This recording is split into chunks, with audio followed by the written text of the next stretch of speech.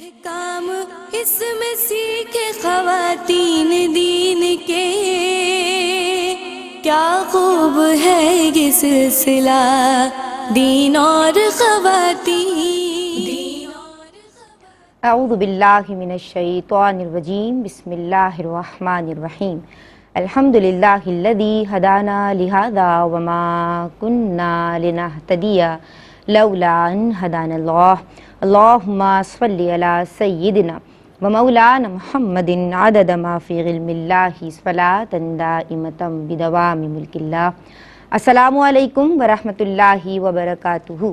جناب، خواتین کی دینی تربیت اور اصلاح کے تعلق سے ARYQ TV کی یہ عمدہ کاوش ہے جس کا سرنامہ ہے دین اور خواتین۔ اور جناب، ہم گزشتہ کئی ایپیسوڈ سے بات کر رہے ہیں نکاح کے احکام کے تعلق سے۔ نکاح جو کہ سنت رسول اللہ صلی اللہ علیہ وآلہ وسلم ہے اور ہمارے دین کا حصہ ہے، نسل انسانی کی بقا بھی اسی سے ہے، اور جناب شریعت مطہرہ پاکیزہ معاشرے کی تشکیل کے لیے اس کا حکم دیتی ہے۔ بات یہ ہے کہ حضور جان عالم صلی اللہ علیہ وآلہ وسلم کی سنتوں کو سمجھا جائے اور اپنے زندگیوں میں تازہ کیا جائے۔ نکاح وہ ہو کہ جو سادگی کے ساتھ ہو اور شرعی جو قیودات ہیں ان کو ملحوظ رکھتے ہوئے کیا جائے، اور ایسی رسوم نہیں کی جائیں کہ جس میں اللہ اور اس کے رسول صلی اللہ علیہ وآلہ وسلم کی نافرمانی ہو۔ یہ بات ہم کر چکے ہیں، اور جناب آج ہم کیا بات کرنے جا رہے ہیں؟ آج ہم بات کریں گے کہ نکاح کی فضیلت کے تعلق سے اور دیگر احکام کے تعلق سے ہم نے سیکھا، لیکن نکاح کی ایج کیا ہونی چاہیے، عمر کیا ہونی چاہیے، اس کے حوالے سے بھی بات ہونی چاہیے، وقت کیا ہونا چاہیے، اس کے حوالے سے بھی ہم احکام سیکھیں گے۔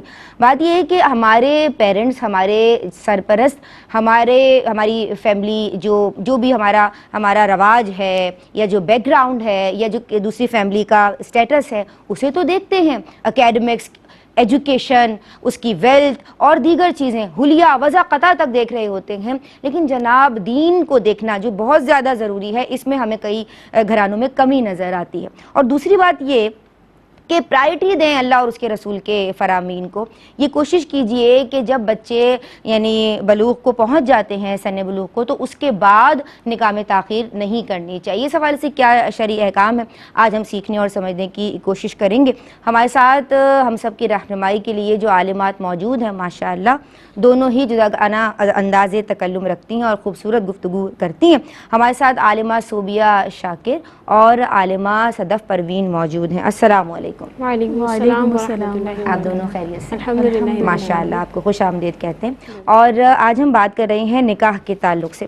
تو مجھے یہ بتاؤ کہ اکثر عالمہ صوبیہ، میں چاہتی ہوں کہ آپ سے شروع کیا جائے، سننے اور دیکھنے میں یہ آیا ہے کہ بڑی بیٹی کی شادی ہو جائے تو پھر رشتے بھی اگر آ رہے ہوتے ہیں تو ان کو ریجیکٹ کر دیا جاتا ہے یا ہولڈ پہ ڈال دیا جاتا ہے نا، کہ پہلے بڑی کی ہو جائے تو پھر چھوٹیوں کا نمبر آئے گا، یا ایسا بھی ہوتا ہے کہ پہلے بہنوں کی شادی ہوگی پھر بھائیوں کا نمبر آئے گا۔ شرعی حکم اس حوالے سے کیا ہے؟ اعوذ باللہ من الشیطان الرجیم، بسم اللہ الرحمن الرحیم۔ لیکن شریعت مطہرہ نے بالکل نبی کریم علیہ الصلوۃ والسلام نے سنت آپ کی بھی ہے، آپ نے خود بھی نکاح فرمایا اور اس کی تاکید بھی فرمائی ہے، لیکن شریعت میں اس طرح کا کوئی نہیں ہے کہ ترتیب وار شادی ہونی چاہیے۔ شرعی اعتبار سے اس میں کوئی حکم یوں موجود نہیں ہے، بلکہ یہ حکم موجود ہے کہ جب اچھا رشتہ موجود ہو اور اولاد نکاح کے قابل ہو تو نکاح کر دینا چاہیے۔ لیکن جو رویہ آپ نے سوال میں ذکر کیا، یہ ہمارا ایک معاشرتی رویہ ہے جس کے کچھ اسباب ہیں، اور پھر نکاح کی ہم شرعی حیثیتوں پہ تو کلام کر ہی چکے ہیں کہ کس وقت نکاح کرنا فرض ہوتا ہے، کب واجب ہوتا ہے، کب سنت مؤکدہ ہوتا ہے، کب نکاح کرنا حرام، مکروہ، تحریمی وغیرہ ہوا کرتا ہے، تو اس پہ تو ہم بات کر چکے ہیں۔ لیکن یہ رویہ کیوں اپنایا جاتا ہے، اس کے اسباب اگر ہم دیکھیں، اسباب اور عوامل، تو وہ کچھ اس طرح سے ہوتے ہیں کہ کبھی اگر چھوٹی بیٹی کی شادی کر دی جائے کہ اس کا اچھا رشتہ مل گیا، تو یہ ہوتا ہے کہ بڑی بیٹی کے لیے پھر اچھے رشتے نہیں ملتے، یا پھر ایسا ہوتا ہے کہ بعض جگہ ایسا بھی دیکھنے میں آیا کہ چھوٹی بیٹی کی کردار کشی کی جاتی ہے کہ بھائی اس کے اندر کچھ ہوگا اس طرح کا معاملہ، اس نے کوئی گڑبڑ کی ہوگی تبھی والدین نے پہلے اس کی شادی کر دی.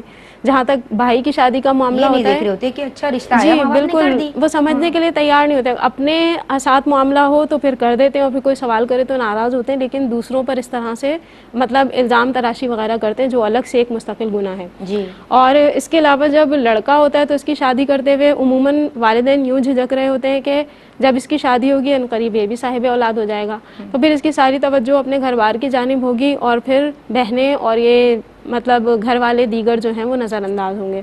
اور اس خوف کی وجہ سے وہ پھر لڑکوں کی شادی بھی نہیں کر رہے ہوتے، جبکہ بعض اوقات جو ہے نکاح ان پر فرض ہو چکا ہوتا ہے، بعض پر واجب ہو چکا ہوتا ہے، اس طرح رکاوٹ بن کر یہ گناہ کا سبب بھی بن رہے ہوتے ہیں اور وہ شخص خود بھی گناہ گار ہو رہا ہوتا ہے.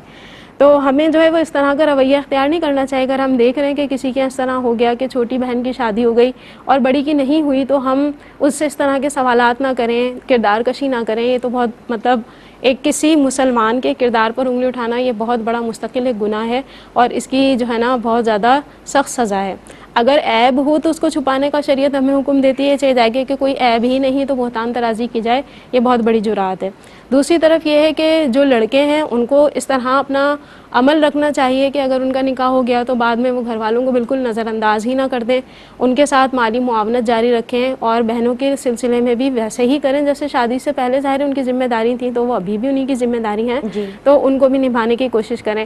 ساتھ میں خود والدین کو بھی ایسا لائحہ عمل مرتب کرنا چاہیے کہ جس کی روشنی میں وہ دیکھیں کہ آگے ان کے پاس اولاد موجود ہے، کتنے بیٹیاں ہیں، کتنے بیٹے ہیں، کتنی بیٹیاں ہیں، کس طرح کس وقت میں ان کو کیا کرنا چاہیے. کیونکہ بے شک نکاح جو ہے وہ اللہ تبارک و تعالیٰ کے حکم سے ہوتا ہے، اللہ تبارک و تعالیٰ کی مقرر کردہ تقدیر سے ہوتا ہے، لیکن ہم اللہ تعالیٰ کی جانب سے اس بات کے مکلف ہیں کہ ہم اسباب اختیار کریں. تو ہم اسباب اختیار کریں، اچھی پلاننگ کریں. عموماً یہ دیکھا گیا ہے کہ پیرنٹس کی طرف سے کوئی پلاننگ نہیں ہوتی اور پھر اس کے بعد جب بچے ہوتے ہیں کہ کوئی اپنی مرضی سے پڑھ رہا ہے، کوئی نہیں پڑھ رہا، کوئی کچھ کر رہا ہے، کوئی کچھ نہیں کر رہا، اور پھر اس کے بعد جب ہوتا ہے شادیوں کا موقع آتا ہے تو پھر کہتے ہیں کہ نہیں بھائی جو کما نہیں رہا کہتے ہیں اس کی شادی کر دو. تو جب وہ آپ کو کچھ نہیں کما کر دے رہا تو کسی اور کی بیٹی کو کہاں سے کھلائے گا؟ پھر آپ یہ بھی جان لیں کہ ایسی صورت میں نکاح کا حکم ہوتا کیا ہے، جیسے ہم ڈسکس کر ہی چکے ہیں کہ یہ ایسی صورت میں مکروہ تحریمی ہوتا ہے نکاح کرنا. تو اس طرح کے معاملات کیے جاتے ہیں، پھر آنے والی لڑکی جو ہے وہ مسلسل اذیتوں کا شکار رہتی ہے. لہٰذا سب کو ہی مل کر اپنا طرز عمل درست کرنے کی ضرورت ہے تاکہ ہم ایک مثالی معاشرہ بن سکیں جو کہ شریعت چاہتی ہے. جناب، ایک پاکیزہ معاشرے کی تشکیل کا سبب جس کے حوالے سے آج ہم بات کر رہے ہیں اور گزشتہ کئی ایپیسوڈ سے الحمدللہ ہمارا کلام یہی ہے. میں آپ کی سمت آؤں گی عالمہ صدف، اور نکاح کے حوالے سے بتائیے کہ کس عمر کو، یعنی کون سی ایج ہے کہ جسے ترجیح اور شریعت کی نگاہ میں پسندیدہ قرار دیا گیا ہے؟ اعوذ باللہ من الشیطان الرجیم، بسم اللہ الرحمن الرحیم. شریعت مطہرہ نے کوئی نکاح کی ترجیحی عمر بیان نہیں فرمائی کہ کوئی خاص ایج لمٹ بیان کر دی ہو کہ بس اس عمر میں کر دینی چاہیے، بلکہ نبی کریم صلی اللہ علیہ وسلم کے فرمان مبارکہ کا خلاصہ ہے کہ جب اولاد بالغ ہو جائے اور ان کا مناسب جوڑ مل جائے تو ان کا نکاح کرنے میں تاخیر نہیں کرنی چاہیے، بلکہ جتنی جلدی پاسبل ہو یہ کام کر دینا چاہیے. اور نبی کریم صلی اللہ علیہ وسلم کی جو حدیث مبارکہ ہے کہ النکاح من سنتی من رغب عن سنتی فلیس منی، کہ نکاح میری سنت میں سے اور جس نے میری سنت سے بے رغبتی اختیار کی وہ مجھ سے نہیں. تو اس کی شرعی حیثیت کے اعتبار سے فقہاء کرام نے فرمایا کہ سنت مؤکدہ ہے، اور یعنی اس کا مطلب کیا ہوتا ہے کہ جب انسان نان نفقہ اور حقوق زوجیت ادا کرنے پر قادر ہو اور نکاح نہ کرنے کی صورت میں اس کے کسی گناہ وغیرہ میں ملوث ہونے کا بھی بالکل کوئی اندیشہ وغیرہ نہ ہو، تو ایسی صورت میں نکاح کرنا یہ سنت موقع ہوتا ہے. اور یہ جب بھی پاسبل ہے کہ جب جس کی جو شرعی عمر ہے بلوغت کی، جب انسان بالغ ہو جائے تو وہ حقوق زوجیت ادا کر سکتا ہے. اور اس کی ایج لمٹ 15 سال انتہائی بیان کی گئی ہے کہ انتہائی عمر 15 سال ہے. اور نان نفقے کی جہاں تک بات ہے کہ وہ نان نفقے پہ قدرت رکھتا ہو، تو عمومی طور پہ ہم دیکھتے ہیں کہ تعلیم وغیرہ مکمل ہو جاتی ہے، جیسے پھر اس کے بعد ہی جو انسان کسی پروفیشن کو اختیار کرتا ہے، جاب کرتا ہے، اسٹیبل ہوتا ہے. تو اب لہٰذا یہ جو والدین ہیں، گھر والے ہیں، سرپرست ہیں، یہ ان کی ثوابدید پر اور موقع اور حالات وغیرہ پر موقوف ہوگا کہ وہ جس طرح دیکھتے ہیں کہ جو اولاد ہے وہ اسٹیبل ہو چکی ہے تو پھر اس کا نکاح کر دیں تاکہ وہ اپنا گھر بار اچھی طرح سے چلا سکے. جناب، ہم بات کر رہی ہیں ماشاءاللہ عالمہ صدف، ہم بات کر رہے ہیں نکاح کے تعلق سے، اور ہماری خوش بختی ہے کہ ہماری رہنمائی کے لیے آن بی پر براہ راست شیخ الحدیث استاذنا المکرم مفتی محمد احسن نوید خان نیازی دامت فیودہم تشریف رکھتے ہیں۔ سلام عرض کرتے ہیں۔ السلام علیکم۔ وعلیکم السلام ورحمۃ اللہ وبرکاتہ۔ آپ خیریت سے ہیں؟ الحمدللہ رب العالمین۔ ماشاءاللہ، اللہ آپ کا سایہ ہمارے سروں پہ سلامت رکھے۔ اور جناب، ہم نکاح کے تعلق سے بات کر رہے ہیں۔ اس موقع پہ میں پروگرام میں ایک بریک شامل کر رہی ہوں، اپنے لبوں کو درود پاک سے تر رکھیے۔ بسم اللہ الرحمن الرحیم۔ السلام علیکم ورحمۃ اللہ۔ جناب، دین اور خواتین میں آپ سب کا خیر مقدم کرتی ہوں، اور ہم بات کر رہی ہیں احکام نکاح کے تعلق سے۔ ہمارے ساتھ آپ کی پسندیدہ عالمات یہاں آن دی سیٹ موجود ہیں، اور آن بی پر براہ راست شیخ الحدیث مفتی محمد احسن نوید خان نیازی ہماری رہنمائی فرما رہے ہیں۔ السلام علیکم حضور۔ وعلیکم السلام ورحمۃ اللہ وبرکاتہ۔ بریک سے قبل جو بات ہوئی وہ یہ کہ اکثر سننے اور دیکھنے میں آتا ہے کہ والدین کا طرز عمل یہ ہو گیا ہے کہ پہلے بڑی بیٹی کی شادی ہوگی اور اس کے بعد چھوٹی بیٹی کا نمبر آئے گا، اور اسی طرح اگر بیٹیاں ہیں یعنی بچیاں ہیں، بہنیں موجود ہیں، تو بھائیوں کا نمبر ان کے بعد آتا ہے۔ ایسا جو طرز عمل ہے اس حوالے سے ہماری رہنمائی فرمائیے، اور کس عمر کو یا کس ایج کو اور کس وقت کو ترجیح دی گئی ہے، کس عمر کو؟ بسم اللہ الرحمن الرحیم۔ صلی اللہ علیہ حبیب محمد وعلی آلہ وصحبہ وبارک وسلم۔ دیکھیں، کوئی ایسی ترتیب تو کوئی فرض نہیں ہے کہ پہلے بڑی بیٹی یا بڑے بیٹے کا نکاح ہوگا، اس کے بعد دوسرے نمبر پر، پھر جو تیسرے نمبر پر ہے، پھر جو چوتھے نمبر پر ہے۔ ایسی کوئی ترتیب نہ تو شرعاً لازم ہے، نہ ہی عرفاً ضروری ہے، لیکن لوگ عام طور پر اس لیے ایسا کرتے ہیں کہ بھئی جو پہلے والے کی شادی پہلے کی جائے، بعد میں دوسرے کی جائے، تاکہ کوئی یہ نہ کہے کہ پہلے والی کی شادی کیوں نہیں کر رہے۔ پھر باتیں طرح طرح کی باتیں ہوتی ہیں، تو اس سے انتشار پھیلتا ہے، اور بعض اوقات جو ہے وہ غلط فہمیاں جنم لیتی ہیں، تو اس وجہ سے لوگ عام طور پر پریفر اسے کرتے ہیں۔ تو یہ ترتیب کوئی اگر ملحوظ رکھتا ہے کہ پہلے بڑے بیٹے یا بڑی بیٹی کی شادی کر دی جائے پھر دوسرے کی جائے، تو یہ ترتیب ملحوظ رکھنے میں بھی کوئی حرج نہیں ہے، جائز ہے، مباح ہے کوئی رکھتا ہے تو، لیکن اسے لازم سمجھنا اس کے شرعاً ایسا کرنا ضروری ہے تو شرعاً ضروری نہیں ہے۔ اور یہ بھی، اور بلا وجہ تاخیر بھی نہیں کرنی چاہیے کہ اگر جو ہے دوسرے نمبر والے بیٹے یا بیٹی کا رشتہ اگر مناسب اور اچھا پہلے آ گیا ہے تو اب اس وجہ سے اسے بلا وجہ تاخیر کا شکار نہیں کرنا چاہیے، کیونکہ بعد میں بعض اوقات ایسا ہوتا ہے اچھے رشتے نہیں ملتے، اس وقت منع کر دیتے ہیں، اور بعد میں اب جب رشتے کی تلاش کرتے ہیں اب اچھا رشتہ نہیں مل رہا ہوتا۔ تو اس طرح بیلنس ہونا چاہیے، نہ تو یہ کہ بس اس ترتیب کو لازم سمجھ کے اچھے رشتے ٹھکرائے جائیں، جب مناسب اور معقول رشتہ مل جائے تو تاخیر نہیں کرنی چاہیے بلا وجہ، اور ترتیب کو لازم نہیں سمجھنا چاہیے۔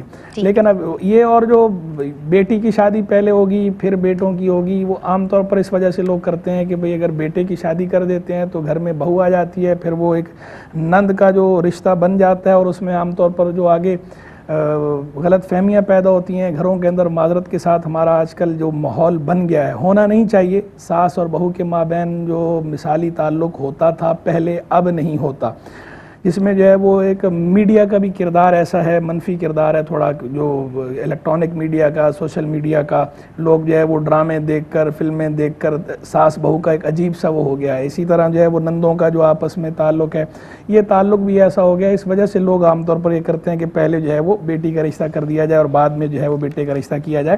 تو لیکن بہرحال مناسب معقول رشتہ جب بھی کسی کا مل جائے کر دینا چاہیے، بلا وجہ تاخیر نہیں کرنی چاہیے۔ میرے خیال میں کال ہے۔ جی بہت شکریہ۔ السلام علیکم۔ السلام علیکم ورحمۃ اللہ۔ وعلیکم السلام ورحمۃ اللہ۔ جی بہن، کیا نام ہے اور کیا سوال ہے آپ کا؟ خوش آمدید۔ میرے 3 سوالات ہیں۔ جی میرا پہلا کوشچن یہ ہے کہ اگر کسی شخص کے پاس سود اور رشوت کا مال ہے اور اس کے ساتھ اس کی اپنی سیلری بھی جمع کی ہوئی ہے اور 1 سال پورا گزر جائے تو کیا ان دونوں قسم کے مالوں پر زکوٰۃ ادا کرنی ہوگی؟ ٹھیک ہے۔ میرا دوسرا کوشچن یہ ہے کہ اگر کسی عورت کا شوہر فوت ہو جائے اور میت گلی میں رکھی ہوئی ہو اور ارد گرد پردے کا انتظام ہو تو کیا عورت میت کے پاس بیٹھ سکتی ہے، اور کیا یہ بلا عذر عدت میں باہر نکلنا نہیں کہلائے گا؟ میرا لاسٹ کوشچن یہ ہے کہ اگر کوئی باوضو شخص کسی بھی کام کرنے سے پہلے، مثلاً پھل وغیرہ کاٹنے سے پہلے صفائی کی نیت سے ہاتھوں کو دھوئے تو کیا یہ پانی مستعمل کہلائے گا یا غیر مستعمل کہلائے گا؟ ٹھیک ہے جی، بہت شکریہ، آپ کے سوالات بہت اچھے ہیں اور انشاءاللہ نفع بخش ثابت ہوں گے سب کے لیے۔ اور جی حضرت، میں آپ کی سمت دوبارہ آؤں گی۔ جی تو میں گزارش کر رہا تھا کہ جب مناسب معقول رشتہ مل جائے تو تاخیر نہیں کرنی چاہیے. اور رہ گئی جو ہے وہ حدیث مبارک کہ النکاح من سنتی فمن راغب عن سنتی فلیس منی، نکاح میری سنت سے ہے اور جو میری سنت سے اعراض کرے وہ مجھ سے نہیں. تو یہ وعید اس وقت ہے کہ سنت کے بارے میں مطلق سنت ہے، نکاح ہو یا اور کوئی سنت ہو، سنت موقدہ سرکار علیہ السلام کا مبارک طریقہ.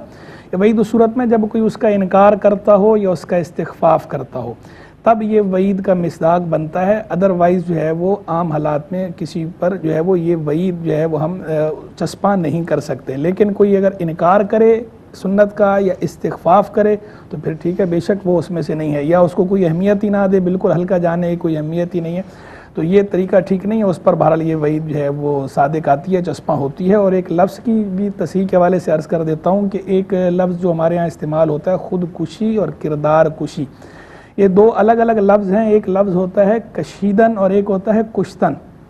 کشیدن کا معنی ہوتا ہے کھینچنا، اس سے لفظ بنتا ہے کش، اور کشتن کا معنی ہوتا ہے مارنا، تو اس سے جو لفظ بنتا ہے وہ ہے کش. تو خود کش، خود کشی، اپنے آپ کو مارنا، کردار کشی، کریکٹر اسیسینیشن، کسی کے کردار کو مارنا. تو درست لفظ جو ہے وہ کردار کشی ہوتا ہے، کردار کشی درست نہیں. بہت شکریہ حضور آپ کا، ماشاء اللہ. جناب ایک کالر ہمارے ساتھ ہیں. السلام علیکم. ٹھیک ہے جی، میں آپ کی اسم بتاؤں گی، عالمہ صوبیہ. اور یہ بتائیے کہ یہ بھی سنا ہے، اب ہمارے مشاہدات ہیں اور ماشاءاللہ کالرز بھی سوال کرتے ہیں تو پھر ہم اسی طرح سے سوالات کو ترتیب بھی دیتے ہیں. اور میں یہ چاہتی ہوں کہ آپ ہمیں یہ بتائیے کہ سنا یہ گیا ہے کہ رخصتی کے دوسرے دن ولیمہ کرنا سنت ہے. اب اگر کوئی کسی طور کسی بھی وجہ سے کسی بھی عذر کے باعث دوسرے دن یعنی ولیمہ نہیں کر پایا، تو اب کیا وہ ایک ہفتے کے اندر یا ایک مہینے کے اندر یا جب بھی ولیمہ کرتا ہے تو کیا سنت ادا ہو جائے گی اس کی؟ دیکھیں سنت کریمہ ہے ولیمہ کرنا، لیکن اس کا دوسرے دن ہونا یہ شرط نہیں ہے. ولیمہ دراصل کہتے ہیں کہ شب زفاف کے بعد دولہا کی طرف سے جو ضیافت کا اہتمام کیا جاتا ہے اسے کہتے ہیں ولیمہ. اب یہ تیسرے دن بھی ہو سکتا ہے، چوتھے دن بھی ہو سکتا ہے، لیکن اتنا بھی لیٹ نہ کریں کہ لوگ کہ ہیں اب ولیمہ، یعنی اب تو پرانے ہو گئے، مطلب یعنی تین مہینے یعنی دوسرے دن ولیمہ کرنا جو یہ کہا جاتا ہے یہ صحیح بات یہ نہیں، ٹھیک نہیں ہے. لیکن ٹھیک یہ طریقہ بھی ٹھیک نہیں ہے جو آج کل سننے میں آتا ہے. یہ بھی سوال کیا جاتا ہے کہ شادی کے ساتھ ہی ولیمہ کر لیں، تو ایسا کوئی کانسیپٹ نہیں ہے اچھا، شریعت کا. لیکن اگر یہ کہ منع کرنے میں، انکار کرنے میں بہت زیادہ لڑائی جھگڑا وغیرہ ہوگا تو پھر ایسا کر لیا جائے کہ جو جیسا وہ تقریب میں کرنا چاہ رہے ہیں گھر والے یا سرپرست جو بھی کرنا چاہ رہے ہیں انہیں کرنے دیں، اور بعد میں جو ہے جب یعنی شب زفاف کے بعد اس طرح کا معاملہ کر لیں کہ وہ چند لوگوں کو جمع کر کے ان کی ضیافت کا اہتمام کر لیں تو سنت بھی ولیمے کی ادا ہو جائے گی. لیکن ایک ساتھ شادی والے دن ولیمہ بھی کرنا یہ لاجیکلی بھی سمجھ نہیں آتا، یہ اور دو شرعاً الگ بھی الگ ٹھیک نہیں جو ہے وہ دن ہونے چاہیے آپ نے جس طرح بتایا. السلام علیکم. وعلیکم السلام جی کیا نام ہے اور کیا سوال کرنا چاہتی ہیں؟ جی میرا نام امبرین ہے، میں ٹیکسر سے بات کر رہی ہوں. میرا ایک دو کویشچن ہے. جی ایک یہ کہ ارم فاطمہ نام کیسا ہے؟ ارم فاطمہ، ٹھیک ہے. اور دوسرا سوال یہ کہ ہفتے کے دن مچھلی کھانا کیا اب بھی مطلب جائز نہیں ہے؟ ہفتے کے دن مچھلی کھانا، ٹھیک ہے جی، بہت شکریہ. ایک اور کالر ہمارے ساتھ ہیں. جی السلام علیکم. وعلیکم السلام. جی کیا نام ہے؟ پیاری سی آواز کس کی ہے؟ جی بشرا جبین نام ہے میرا، جی پنڈی گھیب سے. پنڈی گھیب سے بات کر رہی ہیں. ویلکم کرتے ہیں آپ کو. کیا سوال کرنا چاہتی ہیں؟ دین اور خواتین میں خوش آمدید. جی میں سوال کرنا چاہتی ہوں کہ نان و نف کا شوہر کے ذمہ ہوتا ہے، لیکن اگر کوئی غیر موجودگی میں مالک کو اطلاع کیے بغیر گھر میں کھانے پینے کی چیزیں خوراک وغیرہ رکھ دے تو اس بارے میں احکام شریعت کیا ہے؟ ٹھیک ہے، بہت شکریہ آپ نے ہمیں کال کی. جی آپ کی بات مکمل ہو گئی تھی، میں آپ کی اسم بتاتی ہوں. مجھے یہ بتائیے کہ تجدید نکاح سے کیا مراد ہے اور اس کا کیا شرعی حکم ہے؟ دیکھیں تجدید نکاح کا مطلب ہوتا ہے نکاح کو اثر نو کرنا، یعنی جدید نکاح کرنا، نیا نکاح کرنا، یہ کہلاتا ہے تجدید نکاح. اور اس کا جو شرعی حکم ہے یہ جائز ہے. اور اس کی کچھ تفصیل یہ ہے کہ جب کسی سے کوئی اس طرح کا معاملہ سرزد ہو جائے یا کوئی وہ ایسی بات کہہ دے کہ جو شرعی اعتبار سے صحیح نہیں، یعنی اس سے کوئی ایسا کام ہو جائے یا کوئی ایسی بات کہہ دے کہ جس کی وجہ سے اس کا نکاح فسخ ہو جائے، یعنی کوئی ایسی صریح بات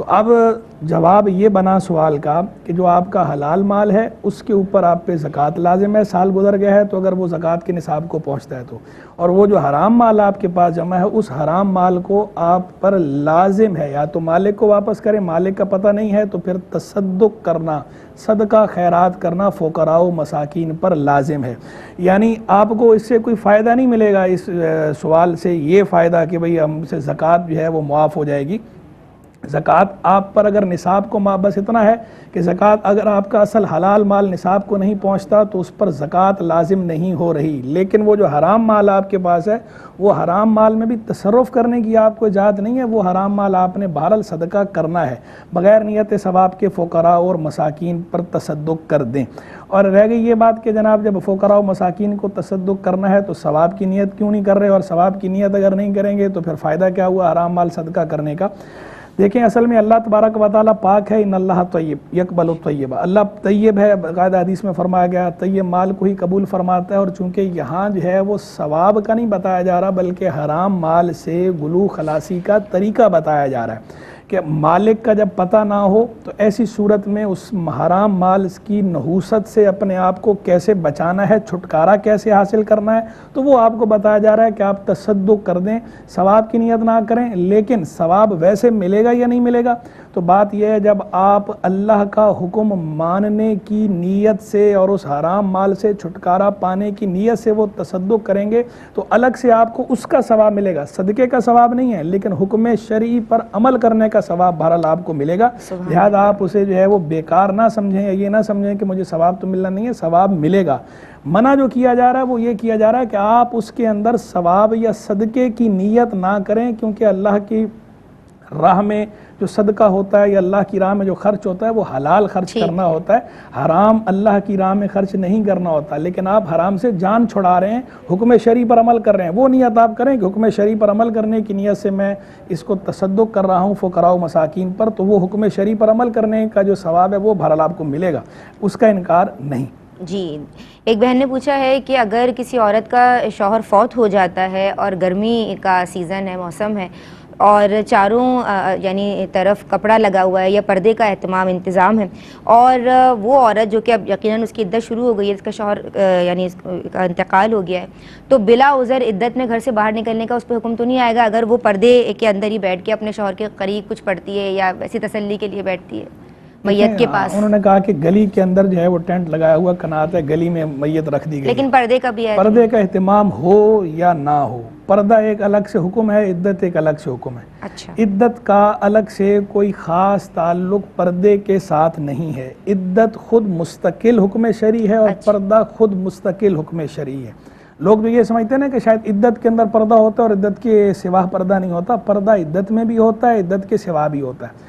عدت کے سوا جو پردہ لازم ہے عدت میں بھی وہی پردہ لازم ہے، عدت میں الگ سے کوئی پردہ نہیں ہوتا، وہی پردہ لازم ہوتا ہے۔ باقی لیکن ہاں ٹھیک ہے، عوام اگر عام حالات میں پردہ نہیں کرے اور اس میں پردہ کر رہے ہوتے ہیں تو یہ اچھی بات ہوتی ہے، اپریشیٹ کرنا چاہیے، ہم اپریشیٹ کرتے ہیں اور انہیں روکتے نہیں ہیں ایسے کہ بھائی نہیں آپ الگ سے آپ پردہ کیوں کر رہے ہیں، اچھی بات ہے پردہ کر رہی ہے اب خاتون تو ابھی صحیح کسی بھی وقت کر رہی ہے، چلو حکم شرعی پر عمل تو کر رہی ہے، لیکن یہ بات میں نے بتائی اس لیے کہ یہ نہیں ہے کہ اگر پردے کی رعایت ہے تو پردے کی رعایت کے ساتھ باہر نکلنے کی اجازت دے دی جائے گی۔ عدت میں عدت میں بے عذر شرعی باہر نکلنے کی اجازت نہیں ہے، خاتون گھر کے اندر ہی رہے گی، گلی کے اندر شوہر کی میت رکھی ہو یا اور کوئی کام ہو گلی میں بغیر عذر شرعی کے جانا ٹھیک نہیں۔ عذر شرعی سے مراد یہ ہے کہ جیسے بیمار ہو گئی ہے اور ڈاکٹر جو ہے وہ گھر پر آنے کو تیار نہیں ہے اور اب اگر اس کو نہیں دکھائیں گے طبیعت خراب ہو جائے گی تو اس صورت میں ڈاکٹر کے پاس جو ہے وہ پردے کی رعایت کے ساتھ لے جایا جا سکتا ہے اور اسی وقت پھر واپس آنا ہوتا ہے، لیکن دن ہی دن کے اندر۔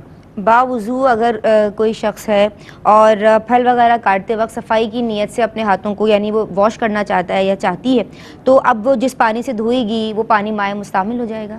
دیکھیں مائع مستعمل کے لیے یہ ہوتا ہے کہ یا تو رفع حدث ہو یا بنیت، دو چیزیں ضروری ہوتی ہیں کسی پانی کو مستعمل قرار دینے کے لیے، ایک تو رفع حدث یعنی ناپاکی کا دور ہونا اور دوسرا جو ہے ثواب کی نیت ہونا، قربت کی نیت ہونا۔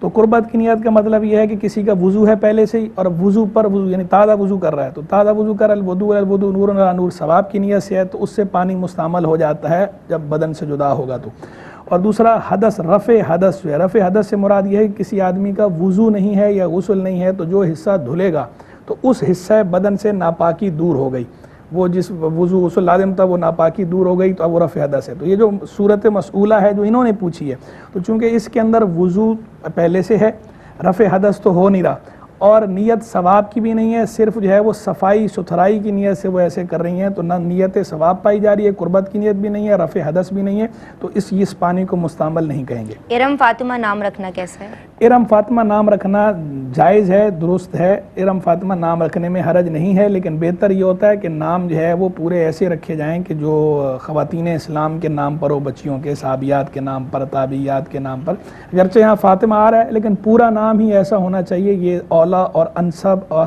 احسن ہوتا ہے، لیکن فی نفس سے ارم فاطمہ میں بھی کوئی حرج نہیں ہے۔ ہفتے کے دن مچھلی کھانے کا اب کیا حکم ہے؟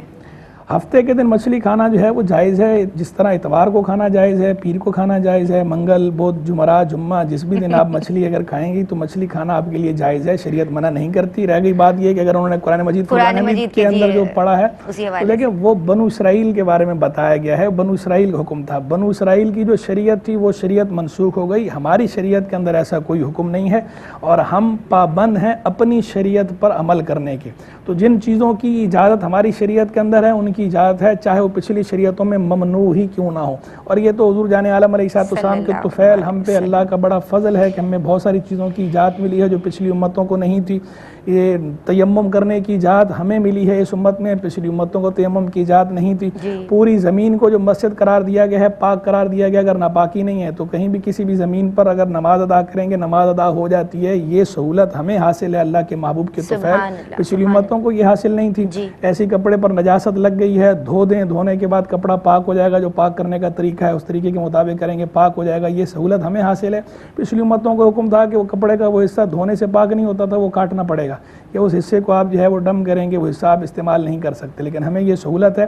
تو جو پچھلی شریعتوں کے احکام ہیں وہ پچھلی شریعتوں کے لیے ہیں، ہماری شریعت جب تک وہ الگ سے حکم نہ دے یا اس حکم کی تائید کرتے ہوئے یہ نہ بتائے کہ ہم پر بھی لازم ہے، تو اس وقت تک ہم پر کوئی چیز لازم نہیں ہوتی پچھلی شریعت کی۔ اچھا، نان نفقہ، اور ہمیں کوئی ایسا حکم نہیں ہے لہذا ہم پر لازم نہیں۔ نان نفقہ شوہر کے ذمہ ہے، لیکن اگر کوئی گھر میں کچھ کھانے پینے کا سامان رکھ کے جاتا ہے اس کی بغیر اجازت تو کیا حکم شرع ہوگا؟ ہاں، ویسے نان نفقہ تو شوہر ہی کے ذمہ ہے، لیکن کوئی کسی مسلمان بھائی کی امداد کی نیت سے اسے اطلاع دیے بغیر بھی اگر کوئی رکھ دیتا ہے اس طرح تو اس کا رکھنا تو جائز ہے، لیکن بہتر یہ ہے کہ اطلاع دے دی جائے، اور اگر چھپ کے نیکی کوئی کرنا چاہتا ہے تو پھر بہتر یہ ہے کہ اس طرح رکھ دیا جائے اور پھر بتائیں نہ، خاتون کو بھی نہ بتائیں کہ خواہ مخواہ اس سے بدگمانیاں پیدا ہوں گی، اگر کسی دن پتہ چلے گا تو بولیں گے بھئی یہ فلاں بندہ جو ہے کیوں رکھ کے جاتا ہے اس طرح، اور دیکھنے والے بھی بدگمانی کریں گے، تو بدگمانی سے بچنا، تہمت کی جگہ سے بچنا بھی ضروری ہوتا ہے، تو بہتر یہ ہے کہ یا تو بتا دیں یا پھر اس طرح کا انداز اختیار کر لیا جائے کہ وہ نہ وہ خاتون کو بتائیں ان کو بتائیں، ایسے ہی جو ہے وہ مدد کر دیں بغیر اپنے آپ کو ظاہر کیے، دونوں کو ہی ظاہر نہ کریں تاکہ وہ بدگمانی بھی نہ ہو، کسی قسم کا فتنہ بھی پیدا نہ ہو، اور اگر آپ نیکی اور ثواب اللہ کی رضا کی نیت سے کر رہے ہیں تو وہ آپ کا نیکی پر عمل بھی ہو جائے۔ جی، ہم بہت شکر گزار ہیں مفتی صاحب آپ کے اور عالمات آپ دونوں کا، شکریہ۔ ون لائنر کوئی پیغام اگر آپ دینا چاہیں تو؟ کہنا یہ چاہوں گی معاملہ چاہے نکاح کرنے کا ہو یا کوئی بھی، جیسے ہم جو چیز اپنے لیے پسند کرتے ہیں کہ ہمیں دکھ نہ دیا جائے، اذیت نہ دی جائے، پریشان نہ کیا جائے، ایسے ہی دوسروں کے لیے بھی آپ نفع بخش بنیے، نہ کہ ان کو تنگ کرنے والے بنیں۔ صدف آپ کیا پیغام دیں گے؟ نبی کریم صلی اللہ علیہ وسلم کا فرمان ہے کہ تم مجھے دو چیزوں کی ضمانت دو، میں تمہیں جنت کی ضمانت دیتا ہوں، ایک زبان اور دوسری شرمگاہ۔ تو ابھی جیسے ہم نے پڑھا تجدید نکاح کے معاملے میں، تو یہ کہ زبان کے بہت سارے جو ہے فسادات ہوتے ہیں، لہٰذا کیا بولنا ہے، کہاں بولنا ہے، کیسے بولنا ہے، اسے سیکھیں، پھر اس کے بعد زبان کا استعمال۔ سبحان اللہ، اللہ آپ دونوں کو سلامت رکھے۔ میں شکریہ ادا کرنا چاہوں گی آپ دونوں کا۔ ناظرین، آپ لوگوں کا بہت شکریہ کہ آپ لوگ کالز کرتے ہیں۔ میں نے کوشش کی آج کالرز کے جتنے سوالات تھے سب شامل کیے جائیں۔ اللہ تبارک و تعالی ہم سب سے راضی ہو، آپ سب سے راضی ہو، اور ہم سب دین سیکھتے اور سکھاتے رہیں۔ السلام علیکم ورحمۃ اللہ۔ بہرے نصاب دیکھیے آقا کی فرامی، اوج کمال پر ہے وہ تابندہ مضامین، احکام اس میں سیکھے خواتین دین کے، کیا خوب ہے یہ سلسلہ دین اور خواتین۔